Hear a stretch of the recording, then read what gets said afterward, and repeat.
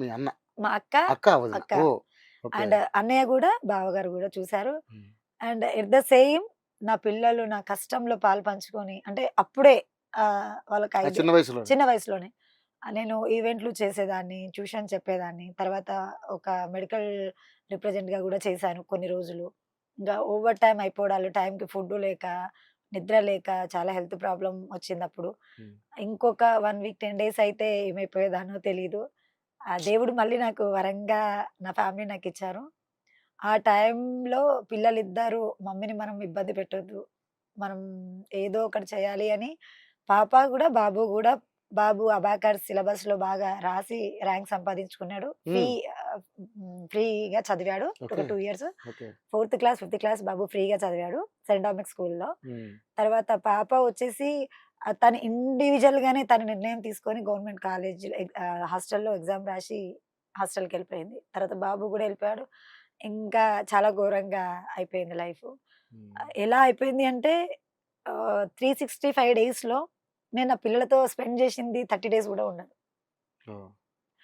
వాళ్ళకి మంచి చూడాలన్నా, వాళ్ళకి చెడు చూడాలన్నా, వాళ్ళ దగ్గరికి పరిగెత్తుకుంటూ వెళ్ళాలన్నా నాకు ధైర్యం వచ్చేది కాదు. ఎందుకంటే నా పిల్లలని నేను పోషించుకోలేని స్థితిలో నేను ఉన్నాను ఇంత అని చాలా బాధపడ్డ రోజులు, చాలా ఏడ్చిన రోజులు చాలా ఉన్నాయి.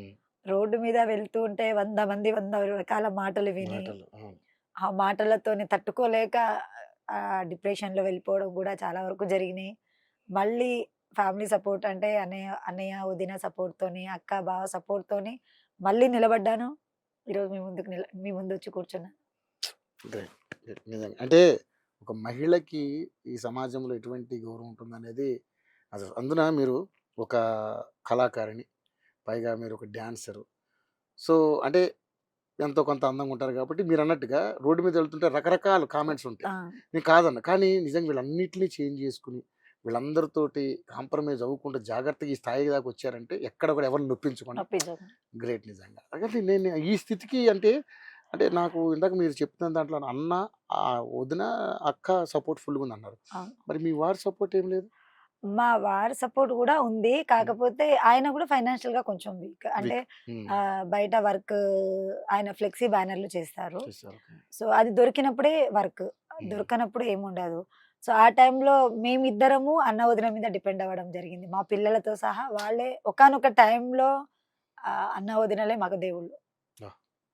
ఎందుకంటే అమ్మ నాన్న చనిపోయిన తర్వాత నేనెందుకు పట్టించుకోవాలి, నేనెందుకు చూడాలి అని ఆలోచించే 100 మంది వదినలలో సమాజం అలాగే ఉంది కదా. మా వదినతో పోల్చుకుంటే నాకు దేవుడు ఇచ్చిన రెండో తల్లి అనుకోవచ్చు, దేవుడు ఇచ్చిన రెండో తండ్రి అని అక్కని బావని వదినని అన్నయ్యని అనుకోవచ్చు. రెండు ఫ్యామిలీ బాగా బాగా. అంటే ఫైనాన్షియల్ గానే కాదు, నాకు ఏదైనా హెల్త్ ఇష్యూ వచ్చినా, నాకు ఇంకా వేరే ఏదన్నా వచ్చినా కూడా వాళ్ళు మాకు బాగా. ఓకే. సో ఫుల్ సపోర్ట్ ఉన్నారు, బ్యాక్ ఇప్పటికీ ఉన్నారు. ఇప్పటికీ ఓకే. అంటే నా ఫ్యామిలీ 46 మెంబర్స్. 45 మంది 46 మంది వరకు. అంటే అమ్మ నాన్న లేరు, అమ్మ నాన్న చిన్నప్పుడే చనిపోయారు. చనిపోయిన తర్వాత మేము 5 మంది అనాథలం అయిపోయాం.